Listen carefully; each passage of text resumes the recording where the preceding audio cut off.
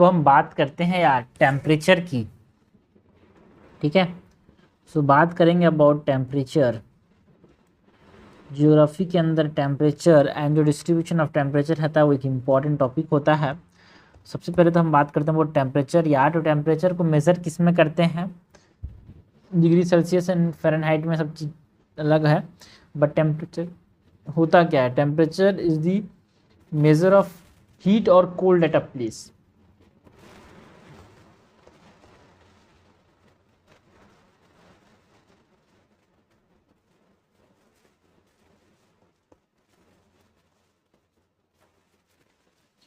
measured degree of heat or cold at a place। Heat क्या होता है भाई? टेम्परेचर की बात कर ली, हीट क्या होता है? Heat is the energy from molecular motion of particle. Energy from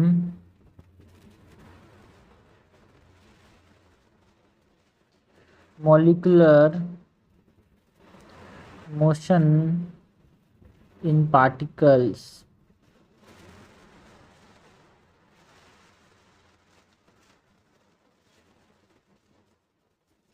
so हमने बात की about the temperature and heat की। नेक्स्ट हम बात करते हैं टेम्परेचर में, यहाँ पे ओशियन करेंट्स की बात करते हैं।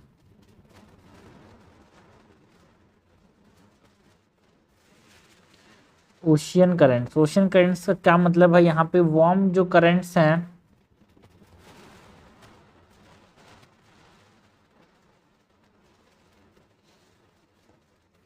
है ना, ये हायर कोस्टल टेम्परेचर रखते हैं भाई वार्म करेंट्स में। हायर कोस्टल टेम्परेचर होता है एंड जो कोल्ड करंट होते हैं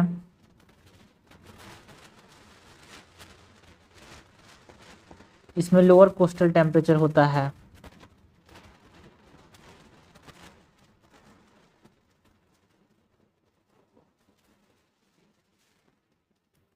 ठीक है, तो ये हमारे पास ये क्या कर रहे हैं भाई? ओशन करेंट्स की बात क्यों कर रहे हैं? Because we are talking about the factors affecting और factors controlling temperature distribution. Factors controlling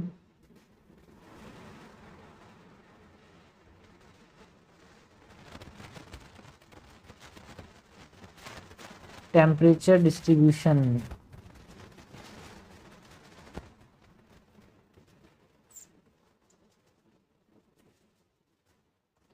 सो फैक्टर कंट्रोलिंग टेम्परेचर डिस्ट्रीब्यूशन में हम पहले बात करेंगे कैसे ओशियन जो है, ओशियन करंट्स हम कैसे टेम्परेचर डिस्ट्रीब्यूशन को कंट्रोल करते हैं, उसकी बात की भाई।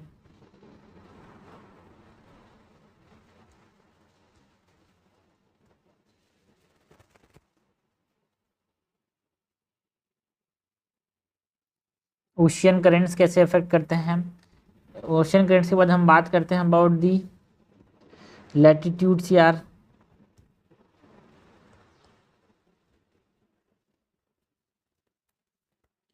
ना, लैटिट्यूड्स कैसे टेम्परेचर डिस्ट्रीब्यूशन कंट्रोल करते हैं उसकी बात कर रहे थे यार यहाँ पे।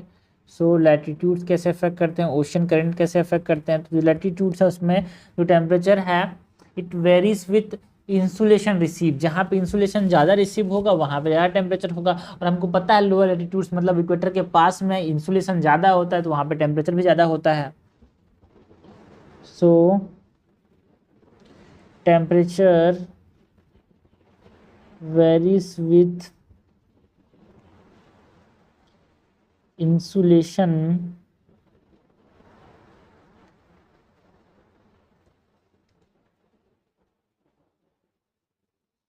received। जो लोअर लैटिट्यूड्स है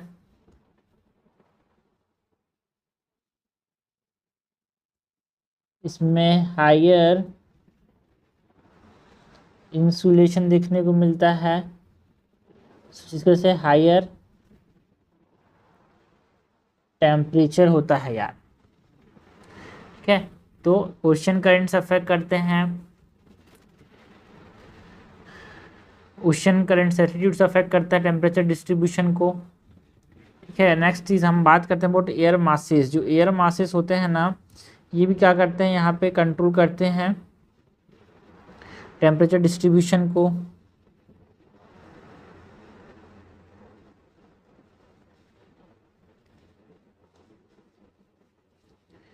नेक्स्ट जो कंट्रोल करते हैं टेम्परेचर डिस्ट्रीब्यूशन को वो है एयर मासेस। ठीक है,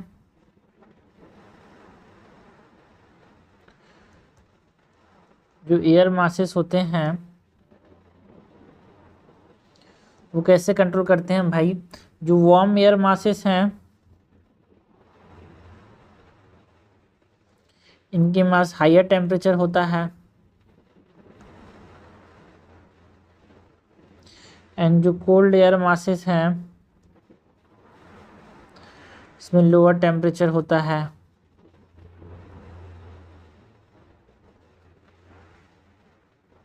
ओके, नेक्स्ट जो चीज़ अफेक्ट करती है, कंट्रोल करती है टेम्परेचर डिस्ट्रीब्यूशन को, वो है अल्टीट्यूड। अल्टीट्यूड मतलब ऊंचाई।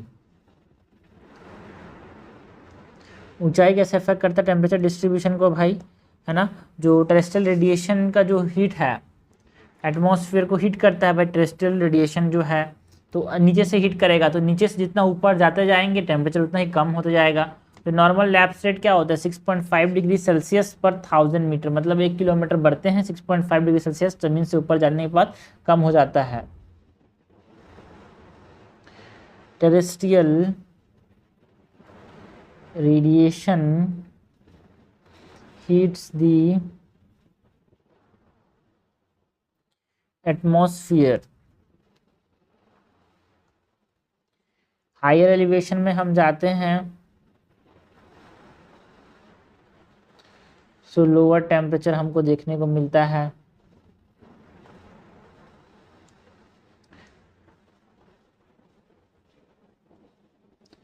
नॉर्मल लैप्स रेट जो है वो कितना होता है 6.5 डिग्री सेल्सियस पर 1000 मीटर। ठीक है भाई, तो ये अल्टीट्यूड ने अफेक्ट किया टेम्परेचर डिस्ट्रीब्यूशन को। नेक्स्ट जो चीज़ अफेक्ट करता है it is distance from the C.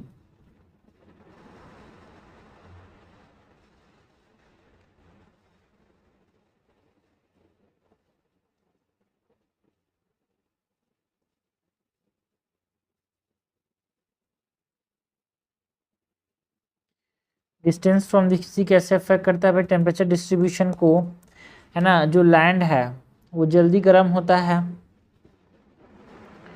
Heat and cools quickly, ठंडा भी जल्दी होता है गर्म भी जल्दी होता है, तो इसमें ज़्यादा टेम्परेचर वेरिएशन देखने को मिलता है, लार्जर टेम्परेचर वेरिएशन देखने को मिलता है लैंड में भाई। एंड जो सी है ये गर्म भी धीरे होता है एंड कूल भी धीरे होता है, तो इसके वजह से मॉडरेट टेम्परेचर देखने को मिलता है नियर दी कोस्ट। ठीक है भाई, तो लैंड सी ब्रीज एक तरह से कोस्टल टेम्परेचर को रेगुलेट करते हैं। लैंड सी ब्रीज की बात करेंगे, लेकिन पहले तो समझते हैं कि जो लैंड ब्रीज या फिर सी ब्रीज है वो क्या करता है, रेगुलेट करता है यहाँ पे कोस्टल टेम्परेचर को। इसीलिए कोस्टल एरिया में जो होता है ज़्यादा ठंडी भी नहीं होती ज़्यादा गर्मी भी नहीं होती।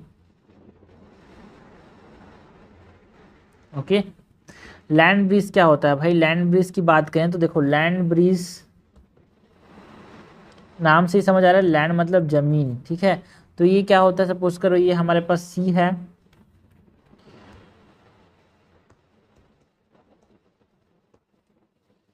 ये लैंड हो गया अपने पास एंड ये सी हो गया,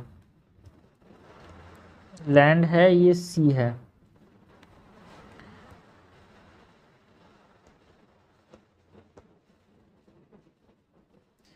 ठीक है भाई, तो जो हमारे पास ज़मीन है ना, ये क्या होगा, रात के समय की बात करें, नाइट की बात करें तो नाइट में क्या होगा, ज़मीन ठंडा हो जाएगा, कूल, है ना, तो ठंडा हवा क्या करते हैं नीचे ज़्यादा ठंडा हवा यहाँ पे रहेगा कूल, एंड जो सी होगा वो ठंडा रात के समय जल्दी नहीं हो पाएगा भाई, तो ये वार्म रहेगा, तो ये वार्म में ऊपर जाएगा, तो जो कोल्ड एयर नीचे से यहाँ पे है ना वार्म एयर है, मतलब यहाँ पे लो प्रेशर है, लो प्रेशर, यहाँ पे हाई प्रेशर, ठीक है।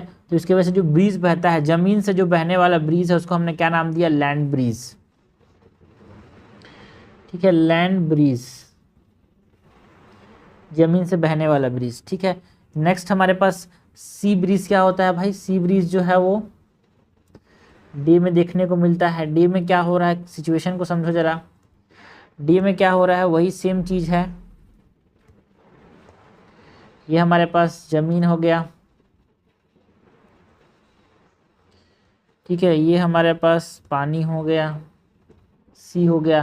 तो रात में, दिन में क्या होगा, ज़मीन ज़्यादा गर्म हो जाएगा तो ये वार्म होगा, तो वार्म एयर यहाँ पे लो प्रेशर बनाएगा, एयर क्या होगा, ऊपर जाएगा इस प्रकार से, एंड जो पानी होगा वो धीरे धीरे गर्म होगा तो ये ठंडा होगा, तो नीचे में इस प्रकार से हाई प्रेशर होगा, तो हाई प्रेशर से लो प्रेशर इस प्रकार से क्या चलेगा भाई, सी ब्रीज, समुद्र से बहने वाला सी ब्रीज,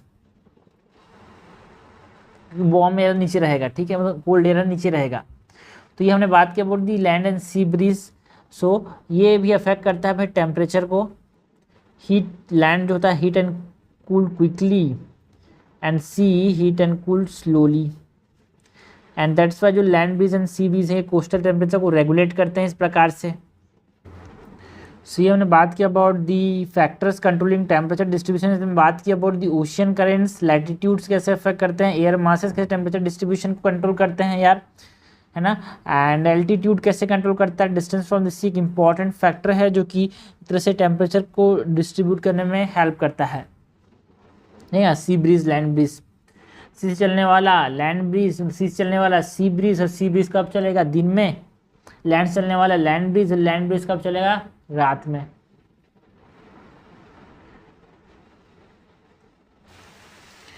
नेक्स्ट हम बात करते हैं about the distribution of temperature की, भाई टेम्परेचर की बात करी, नाउ हम बात करेंगे about the factors controlling distribution की बात की है, नाउ बात करेंगे अबाउट द डिस्ट्रीब्यूशन ऑफ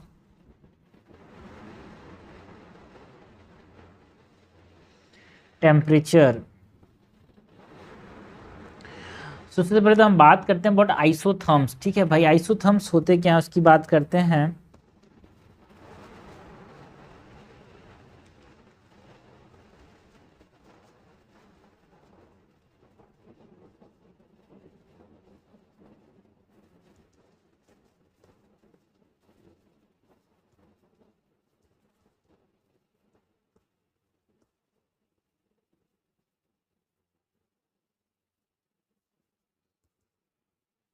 जो आइसोथर्म्स हैं वो क्या होते हैं भाई, they are the line joining places with equal temperature, ठीक है, मैप्स के अंदर, है ना, जगह को इक्वल टेम्परेचर की जगह को ज्वाइन करने वाले लाइंस को हम क्या बोलते हैं, आइसोथर्म बोलते हैं यार।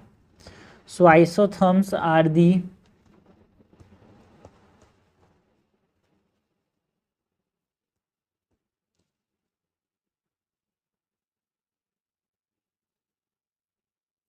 line joining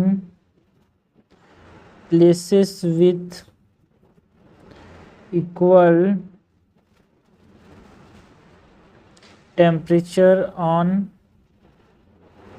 maps, एंड जो आइसोथर्म्स होते हैं they usually run parallel to the latitude, मतलब समझना ये हमारे पास लैटिट्यूड है जिसके जनरली ये पैरेलल होते हैं यार, ठीक है, इस प्रकार से।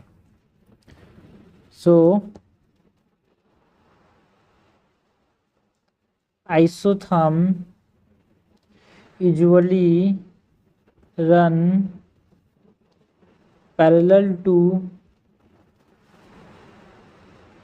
latitudes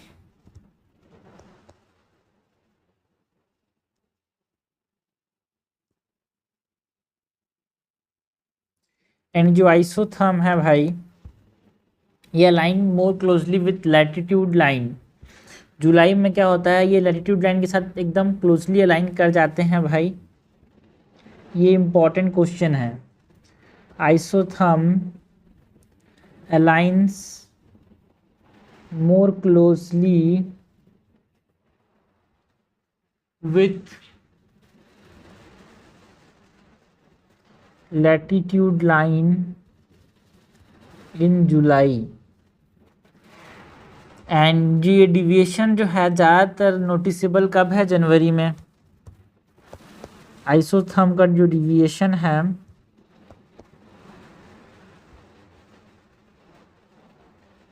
deviation are more noticeable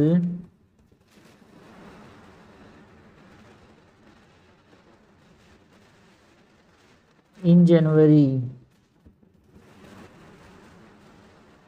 okay, तो यहाँ पे इंपॉर्टेंट चीज़ क्या है? Isotherm are line joining equal temperature, है ना, places of equal temperature on map, and ये क्लोजली अलाइन करते हैं इन जुलाई। एंड ये ज़्यादा नोटिसेबल है भाई, जो डिविएशन है वो कब ज़्यादा नोटिसेबल है भाई? जनवरी में,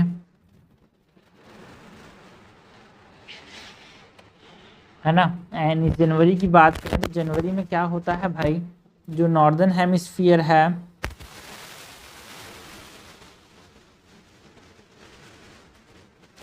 नॉर्दर्न हेमिस्फीयर में ज़्यादा लैंड मास है,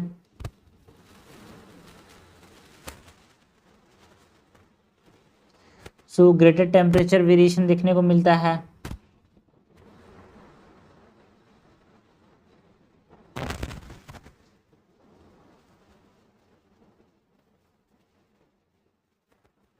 एंड जो साउदर्न हेमिस्फीयर है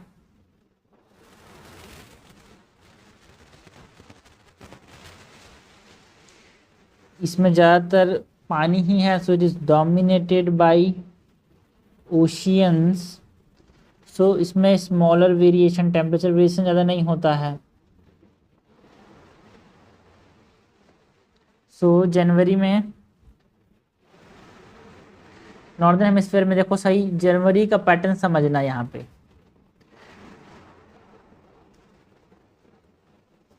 जनवरी टेम्परेचर पैटर्न,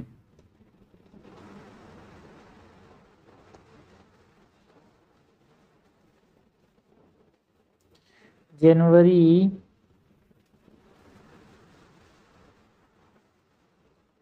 टेम्परेचर पैटर्न्स की बात करते हैं जो कि हमको नॉर्दर्न हेमिस्फीयर में देखने को मिलता है।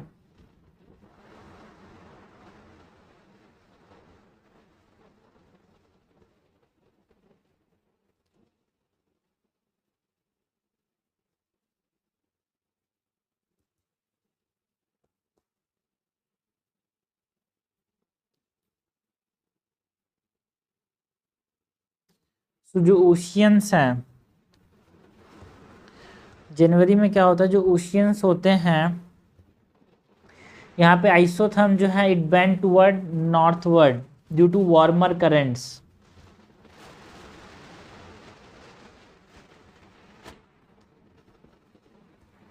ठीक है भाई, तो यहाँ पे ये हमारे पास साउथ अमेरिका हो गया, ये नॉर्थ अमेरिका है,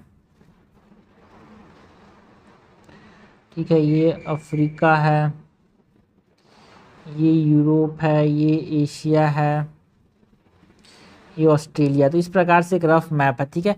तो हम नॉर्दर्न हेमिस्फीयर की बात करते हैं, ये इक्वेटर हो गया हमारे पास, ठीक है। नॉर्दर्न हेमिस्फीयर में क्या है? Isotherm it bend toward the northward. हम यहाँ पे जनवरी की बात करें, जनवरी में नॉर्दर्न हेमिस्फीयर में क्या होगा? ठंडी का सीजन चलेगा, ठीक है, ठंडी का सीजन चलेगा। तो जो आइसोथर्म्स है ना वो किसकी तरफ जाएंगे? इट बेंड टुवर्ड नॉर्थवर्ड, क्योंकि अब पानी ज़्यादा ठंडा रहेगा, जमीन ज़्यादा ठंडा रहेगा भाई। सपोज करो यहाँ से आइसोथर्म जा रहा था, जमीन गर्म रहेगा कि ठंडा रहेगा? सपोज यहाँ पे कोई टेम्परेचर था एक्स, जमीन जो होगा वो ज़्यादा ठंडा रहेगा, तो सेम टेम्परेचर को पाने के लिए ये इस प्रकार से जाएगा नीचे, एंड पानी ठंडा रहेगा भाई। तो ये पानी सेम टेम्परेचर की बात करें तो ये सेम टेम्परेचर है पानी में, ये ऊपर साइड रहेगा, तो जल्दी ठंडा कौन हो जाएगा भाई? जमीन, ठीक है भाई। फिर ठंडा पानी वाला लाइन लगेगा, फिर जमीन आएगा, जमीन फिर नीचे चला जाएगा भाई। इस प्रकार से क्या होता है? ये हमारे पास आइसोथर्म इट बेंड टुवर्ड, है ना, northward due to warmer current. Oceans में जब ये जाएगा तो वार्मर करंट की वजह से पानी गर्म रहेगा ना भाई, isotherm bend northward due to warm current ना। वार्म करंट्स में एग्जांपल की बात कर सकते हैं अबाउट जो गल्फ स्ट्रीम है वो वार्म करंट है, नॉर्थ अटलांटिक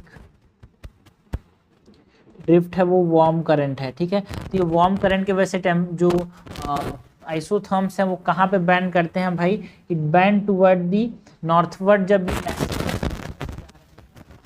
ठीक है, समझना बहुत जरूरी है भाई। क्वेश्चन इसी प्रकार का क्वेश्चन आता है कि भाई है ना, नॉर्दर्न हेमिस्फीयर में जनवरी के समय जो आइसोथर्म्स हैं जब वो लैंड से पानी में जा रहे हैं तो कहाँ बैंड करेंगे, नॉर्थवर्ड। ठीक है, आप इस चीज़ को याद रखना, नॉर्थवर्ड याद रख लोगे, बाकी तो चीज़ें उल्टी रहेगी।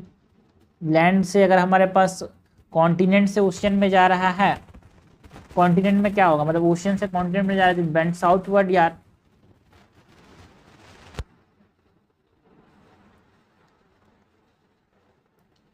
कॉन्टिनेंट में आइसोथर्म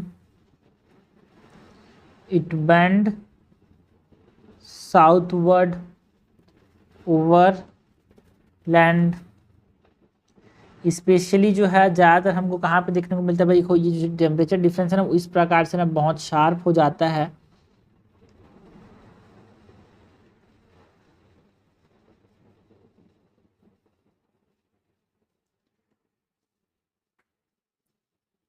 स्पेशली ड्यू टू है ना, स्पेशली जो साउथवर्ड बैंड देखने को मिलता है जमीन में वो हमको कहाँ पे ज़्यादा देखने को मिलता है, in Europe,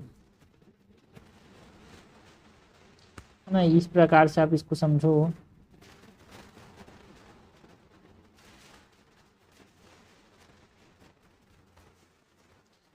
specially in Europe, क्यों भाई, due to rapid temperature decline.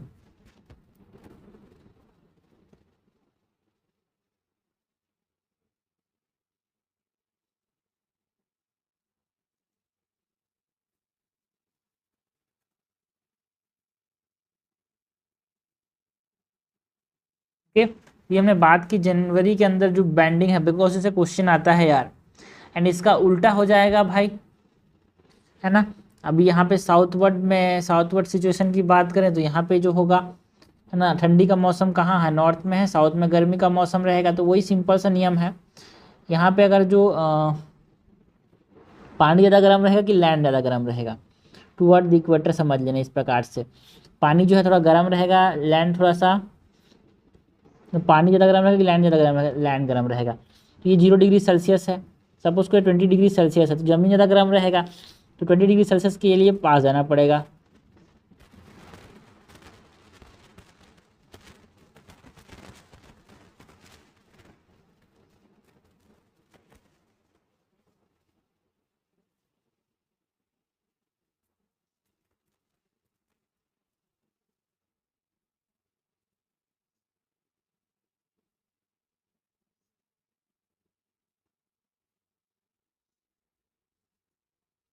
Okay, तो बस लॉजिक ये है भाई, सिंपल सा है, कंफ्यूजन नहीं होना। एग्जाम में क्वेश्चन आए तो मैंने जो तरीका बताया वो याद रखना भाई, ज़मीन ज़्यादा गर्म रहेगा कि पानी ज़्यादा गर्म रहेगा, या फिर रट सकते हो तो रट लेना कि भाई नॉर्दर्न शिफ्ट होता है किस में, पानी में, ओशियंस में। मतलब ओशियंस में मतलब क्या भाई, अगर ज़मीन से आदमी कहाँ जा रहा है, पानी में जा रहा है विंटर सीजन में, मतलब जनवरी में, तो ये नॉर्थवर्ड शिफ्ट होता है। या फिर आप ऐसे समझ रहे हैं पानी ज़्यादा गर्म रहेगा, एक तरीका पहला। दूसरा तरीका जो कि लॉजिकल है कि पानी ज़्यादा गर्म रहेगा, ज़मीन ज़्यादा गर्म रहेगा, भाई ज़मीन ज़्यादा गर्म रहेगा ठंडी मौसम में, गलत, पानी ज़्यादा गर्म रहेगा, बिकॉज ज़मीन जल्दी ठंडा हो जाता है भाई।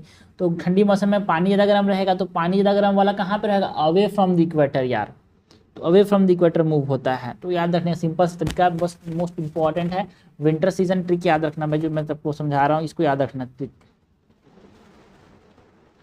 ट्रिक ये है, ओशियन टू लैंड अगर जा रहे हो, ठीक है, हमेशा याद रखना, ठीक है, इस तरह से याद रखना, लैंड टू ओशियन याद रखना, लैंड टू ओशियन जा रहे हो विंटर सीजन मतलब जनवरी में, तो मूवमेंट कहाँ होगा, आइसोथर्म मूव करेगा टूवर्ड दी नॉर्थ, ये नॉर्थवर्ड शिफ्ट होगा। एक बात में इस चीज़ को याद रख लेना भाई, ठीक है। याद रखने का तरीका क्या है, LOJIN, लोजिन। जैसे मोजिन होते थे ना भाई चाइनीज पिक्चर में मोजिन होते हैं, उस प्रकार से यहाँ पे लोजिन है। M को हटाओ, L लगाओ। लैंड से ओशियन जा रहा है जनवरी में, isotherm move toward the north, ठीक है। ये हमारे पास ट्रिक है भाई, मोजिन नहीं लोजिन इज द ट्रिक।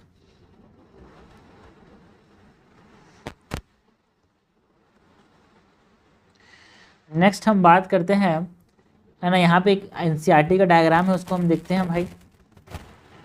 सो ये समझो भाई, ये हमारे पास जनवरी मंथ का है। जनवरी मंथ में देखो भाई आइसोथर्म्स जो है वो ओशियन में कहाँ जाते हुए दिख रहे हैं, नॉर्थवर्ड शिप दिख रहा है भाई हमारे पास ओशियंस में, ठीक है। एंड साउथवर्ड शिप दिख रहा है हमारे पास लैंड में। ये हमारे पास क्या देखने को मिल रहा है, साउथवर्ड शिप देखने को मिल रहा है। ये हम याद रख लेना, जनवरी का याद रख लेना। और बाकी अगर आपसे पूछा जाए जुलाई का तो अपोजिट है भाई, उल्टा, ठीक है। नेक्स्ट हम बात करते हैं अबाउट एनुअल टेम्परेचर रेंज की।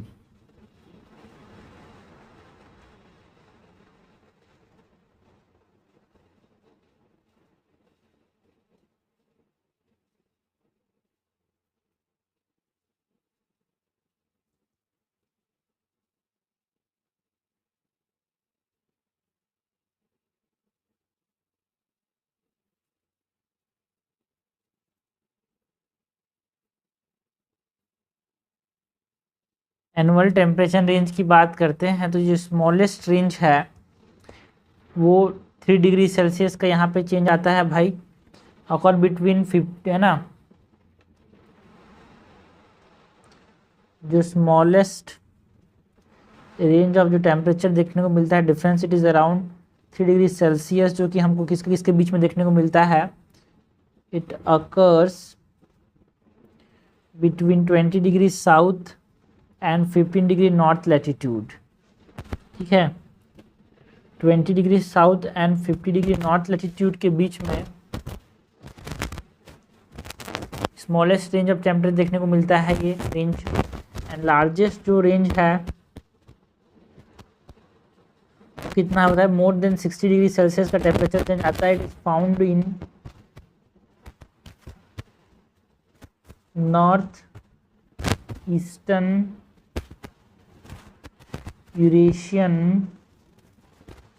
continent which is driven by high continentality. मतलब यहाँ पे क्या है भाई, बहुत ज़्यादा जमीन नॉर्थ ईस्टर्न यूरेशियन कॉन्टिनेंट में, इसीलिए यहाँ पे हमको देखने को मिलता है टेम्परेचर डिफरेंस इतना ज़्यादा भाई। Smallest range is 3 degree Celsius which is occur between 20 degree south and 15 degree north. And largest range जो है वो हमारे पास नॉर्थ ईस्टर्न यूरेशियन कॉन्टिनेंट जो है ना, ये जो नॉर्थ ईस्टर्न कॉन्टिनेंट जो है इसमें देखने को मिलता है। देखो भाई ये 60 डिग्री टेम्परेचर डिफरेंस आता है यहाँ पे। सो ये हमने बात की अबाउट व्हाट, ये हमने बात की अबाउट द टेम्परेचर एंड जो फैक्टर कंट्रोलिंग टेम्परेचर डिस्ट्रीब्यूशन, इसमें हमने ओशियन करेंट्स की बात की। एयर मास से distance from the sea affect करता है इस चीज़ को, लैटिट्यूड अल्टीट्यूड ये सब अफेक्ट करते हैं। नेक्स्ट हमने बात की about the distribution of temperature, जिसमें हमने बात की अबाउट द आइसोथर्म। और सबसे इंपॉर्टेंट जो क्वेश्चन आता है भाई कि ओशियन के अंदर जनवरी मौसम में आइसोथर्म में किस तरफ शिफ्ट होगा, नॉर्थवर्ड। एक चीज़ को याद रखना भाई, सबसे इंपॉर्टेंट चीज़ है ये। आइसोथर्म से बहुत क्वेश्चन आते हैं यार, एक तरह से थ्योरी क्वेश्चन आएगा, आप जमीन से कहाँ जा रहे हो, पानी में जा रहे हो, पानी से जमीन में जा रहे हो, तो किस तरह से। ट्रिक याद रखना, लोजिन, लोजिन को ट्रिक याद रखना, बाकी सब अपोजिट है भाई। लैंड से आप ओशियन में जा रहे हो जनवरी के मौसम में, तो आइसोथर्म जो है वो नॉर्थवर्ड मूव करेंगे, बाकी सब उल्टा पुल्टा कर देना भाई। एनुअल रेंज ऑफ टेम्परेचर हमने देखा, स्मॉलेस्ट रेंज जो है 20 degree south and 15 degree north के बीच में देखने को मिलता है। लार्जेस्ट रेंज जो है वो नॉर्थ ईस्टर्न यूरेशियन कॉन्टिनेंट में देखने को मिलता है भाई, कॉन्टिनेंटालिटी की वजह से। ज़मीन बहुत ज़्यादा गर्म होता है, बहुत ज़्यादा ठंडा होता है इसलिए।